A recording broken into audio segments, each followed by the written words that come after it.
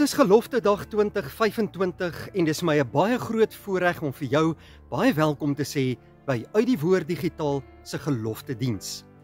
Op hierdie baie spesiale dag kom ons as kinders van die Here en as lede van die Afrikaner volk om alle lof en eer aan ons hemelse Vader te bring dat hy ons voorouers, die voortrekkers, beskerm het op Bloedrivier op 16 Desember 1838. Mag vanmôre se erediens ook vir jou tot baie groot seën wees.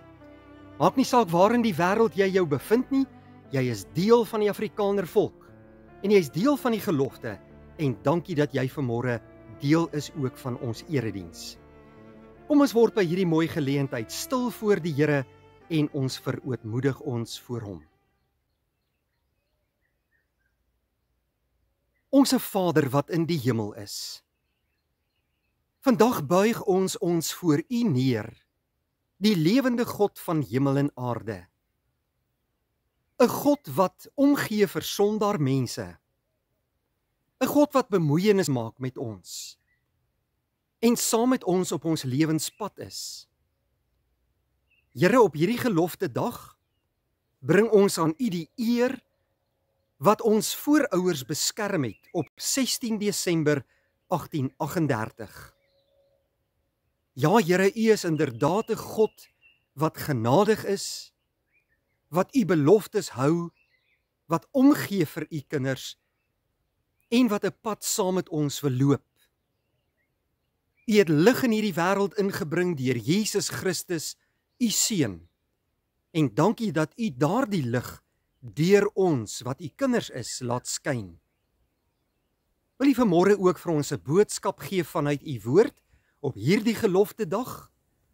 En laat ons hierdie boodskap ons eie maak en daarin glo en waarlik toegewyd sal gaan lewe tot U eer.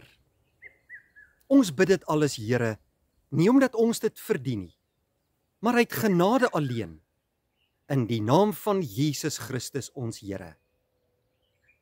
Amen. Vriende, ons gaan vanmôre saam lees uit die woord van die Here, net 2 verse uit Psalm 50. Nou hier kom die skrywer met die naam van Asaf en skryf vir ons die volgende verse in vers 14 en vers 15. Offer dank aan God en betaal jou geloftes aan die Allerhoogste. Roep my aan in die dag van benoudheid. Ek sal jou uithelp en jy moet my eer. Broeder en suster, die voortrekkers was mense wat baie naby aan die Here gelewe het. Hulle het 'n baie diep verhouding met die Here gehad. Ons moet besef toe hulle weggetrek het, daar uit die Kaapkolonie uit, die onbekende toekoms in, het hulle geweet, dit gaan 'n moeilike pad wees.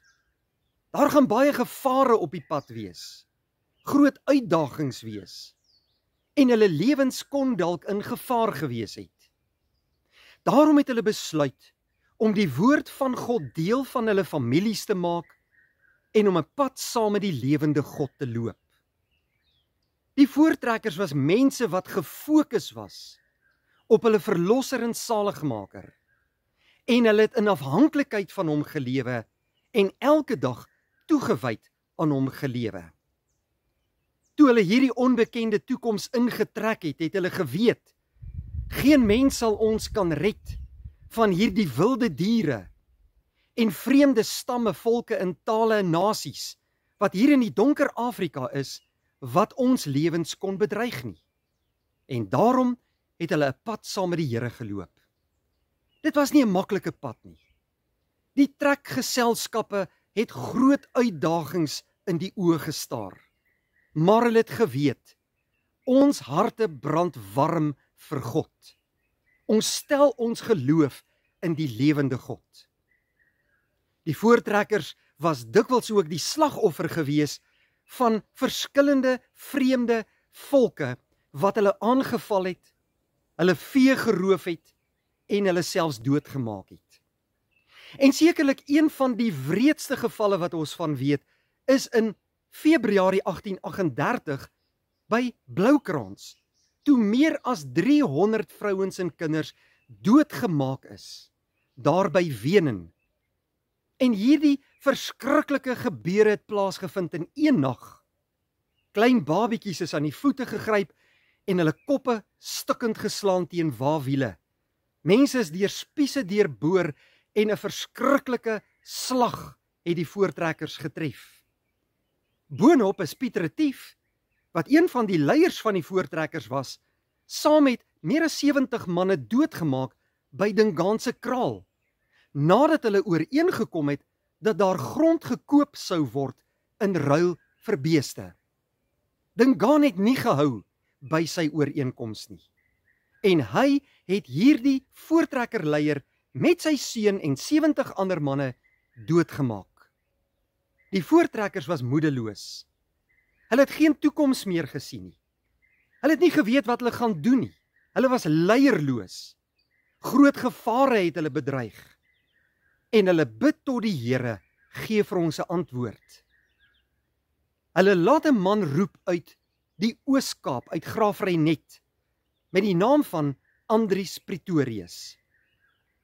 Andries Pretorius besluit om aan te sluit by die voortrekkers in Natal, en hy word onmiddellik as leier gekies. En onmiddellik begin hy met 'n beplanning om hierdie wrede Zulu koning met die naam van Dingaan heeltemal te verslaan, want hy hou nie sy woord nie, en hy was 'n groot bedreiging vir al die voortrekkers. Die slag van Bloedrivier is baie fyn beplan. Hulle het getrek tot by 'n plek waar hulle gesien het die slagveld ideaal was, en hulle het 'n laar getrek met 'n klomp waans. Al die beeste en perde is daar binne in hierdie laar vasgemaak. Die ossewaans is self aan mekaar vasgemaak, en daar is beplanning gedoen vir hierdie groot geveg. Maar dis nie al wat hulle gedoen het nie. Hulle het ook besef, ons sal nie menslik gesproke hierdie veldslag kan wen nie. Van 'n mensekant kan jy alle beplanning doen moontlik en wat jy kan doen na die beste van jou vermoë. Maar as die Here nie daarvan deel is nie, is daar geen hoop vir jou nie. Daarom het dit ook in die hart van Sarel Silje opgekom, dat daar 'n gelofte afgelê moes word, wat uiteindelik sou dien as 'n verootmoediging voor die Here. En hy het dit met Andries Pretorius gaan bespreek, en gevra dat hulle na so iets sou kyk. En dit het ook byval by Andries Pretorius gevind. Hulle het onmiddellik besluit om voort te gaan daarmee. 7 dae voor die slag van Bloedrivier is daar elke aand huisgodsdiens gehou vanaf die 9de Desember tot en met 15 Desember, waar hierdie gelofte voorgelees is en hulle self aan die Here verootmoedig het. En elke aand het hulle voor die Here verootmoedig in die besef dat hulle nie hierdie veldslag kan wen nie. Daar's geen manier, menslik gesproke, dat hierdie groepie mense daar by Bloedrivier, 464 man, teen hierdie oormag van die Zulus van meer as 10.000, 'n oorwinning kon behaal nie. En daarom is die gelofte elke aand herhaal en is die hulp van die Here ingeroep. Op 16 Desember, daardie Sondagoggend, was dit 'n baie mistige oggend. Jy kon jou hand voor jou oë nie sien nie. Die voortrekkers was baie bekommerd, want dit was nie baie gunstig vir enige veldslag nie. As hierdie Zulus, hierdie groot krygsmag van meer as 10.000, hulle daardie Sondagoggend sou aanval in hierdie digte mis, sou dit 'n verskriklike slag gewees het. Hulle sou hulle nie kon sien aankom het nie. Daar sou nie vroegtydig afgevuur kon word met die kanonne of met die gewere nie. Maar boonop was die groot gevaar dat die buskruit wat hulle gebruik het, baie nat en klam kon raak, en dit beteken dat daar nie 'n skoot afgevuur kon word nie. En hulle het regtig hulle tot die Here verootmoedig. Ongeveer 10 uur daardie oggend het die digte mis begin lig. Daar kon gesien word, die omstandighede droër geword, en toe dit helder sonskyn is, het die Zulus begin met hulle eerste aanval. Die voortrekkers was gereed vir hulle. Die eerste aanval is afgeweer. Die Zulu koning Dingaan het met die eerste aanval al sy onervare jong manne gestuur om hulle aan te val. En dit was fataal. 'n tweede aanval is geloods. 'n derde aanval direk daarna. En toe meer as 3000 lyke op die slagveld gelê het en die rivier of die kloof, die Donga wat hier langs die laar was, se water soos bloed begin word het Dingaan besef hierdie veldslag gaan verskriklik wees, want hy het 'n derde van sy mag reeds verloor en het hy besluit om op die vlug te slaan. Die oorwinning was behaal. Nou broeder en suster, as mens na al hierdie gebeure kyk van 1838 op daardie Sondagmôre op 16 Desember, dan kan mens nie anders as om die eer aan die Here te gee nie. Want hier het 'n klomp wonderwerke plaasgevind. In die eerste plek was dit 'n groepie manne, 464, en net 3 is beseer, waarvan die leier Andries Pretorius met 'n spies wat in sy hand gegooi was. Geen voortrekker is dood nie. 3000 Zulus lê dood op die slagveld. Maar die mis het gelig. Die buskruit het droog geword. Hierdie klomp vee wat binne in hierdie waalaar bymekaar gemaak is saam met die perde, het nie wild en wakker begin hardloop en chaos veroorsaak nie, maar daar was 'n rustigheid onder hulle. Al hierdie dinge waarna 'n mens kyk, is niks anders as 'n wonderwerk uit die hand van die Here nie. Die voortrekkers het beloof in hierdie gelofte aan die Here, dat as die Here die eer van die oorwinning aan hulle sou gee, hulle dit ook as 'n dankdag sou uitroep, as 'n Sabbatdag, geloftedag sou vier, en 'n kerk vir die Here sou bou, wat hulle dan ook inderdaad gedoen het. Ons wat deel is van die Afrikaner volk, gee vandag die eer aan die Here, dat hy 'n God is, wat gebede verhoor, wat sy kinders raak sien, wat wonderwerke doen, en oorwinning gee. Ja, broeder en suster, die voortrekkers het hulle voor God verootmoedig, want hulle het besef, dat hulle nie hierdie oorwinning sal kan behaal in eie krag nie, maar hulle die hulp van die Here nodig, en daarom was God in sy woord in hulle midde. Ek en jy wat vandag nageslagte van die voortrekkers is, moet ook hieruit leer. Sonder die Here is daar geen hoop vir ons en ons volk nie. Sonder die Here kan ons nie 'n lewe lei van oorwinning nie, kan daar geen redding wees nie, en moet ons rekening hou met die Here onse God. En daarom roep geloftedag ons op tot verootmoediging, om voor die lewende God van hemel en aarde te buig en te kan weet, ons is afhanklik van hom. Ons kan nie sonder hom nie. Ons het hom nodig. Hy gee oorwinning, hy gee verlossing, hy gee redding. En hy doen dit in die besonder deur sy seun Jesus Christus. Op geloftedag buig ons ook dankbaar voor die lewende God, omdat hy gebede verhoor het. Ja, hy doen dit vandag ook steeds. Wanneer ek en jy vandag terugdink oor die gebeure van 16 Desember 1838, kan ons nie anders as om onsself aan die Here vandag toe te wy, saam met ons families nie. Die Here roep ons vandag ook op, as nasate van die Afrikaner volk, om 'n pad saam met hom te loop. Dit is die moeite werd om die Here te dien.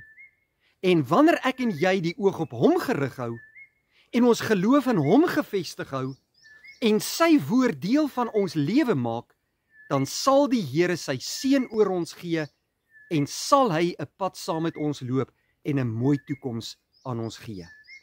Psalm 50 roep ons vanmôre op, hierdie pragtige psalm van Asaf, offer dank aan God. Dit skryf hy in vers 14, en betaal jou geloftes aan die Allerhoogste. En dit doen ons ook vandag. As ons dit doen, sê die Here, roep my aan in die dag van benoudheid, ek sal jou uithelp, en jy moet my eer. Dit het die Here vir die voortrekkers gedoen en hy doen dit ook vir ons wat nasate is van die voortrekkers. Kom ek en jy gee vandag ons eer aan die Here onse God vir 'n dag soos Geloftedag. Kom ons wy onsself aan hom toe, ons bring die dank aan hom vir die oorwinning en ons loop 'n pad van geloof met ons hand in God se hand die toekoms in en ons gee aan hom die eer wat ons Here, ons God en ons koning is en wat 'n mooi toekoms vir ons beplan. Kom ons bid saam. Vader, dankie dat ons op hierdie pragtige oggend vanuit u woord 'n wonderlike boodskap kon kry, in die besonder op Geloftedag. Dankie Here dat u 'n plan het met die Afrikaner volk, maar ook met elkeen van ons wat u kinders is. Ons herdenk vandag die gelofte van 1838 en ons kan nie anders Here as om aan u die eer te bring en onsself voor u te kom verootmoedig nie. Dankie Here dat u ons voorouers beskerm het, dat u ons tot hiertoe gebring het, maar dat u ook 'n plan het met elkeen van ons die toekoms in. Seën vir ons vandag saam met ons families. Ons wy hierdie dag aan u toe as 'n Sabbatdag, 'n heilige dag, en ons gee aan u die eer vir u goedheid, liefde en genade, en omdat u 'n God is wat gebede verhoor. Ons vra dit alles, Vader, nie omdat ons dit verdien nie, maar uit genade alleen, in die naam van Jesus Christus ons Here. Amen. Die gelofte van 16 Desember 1838.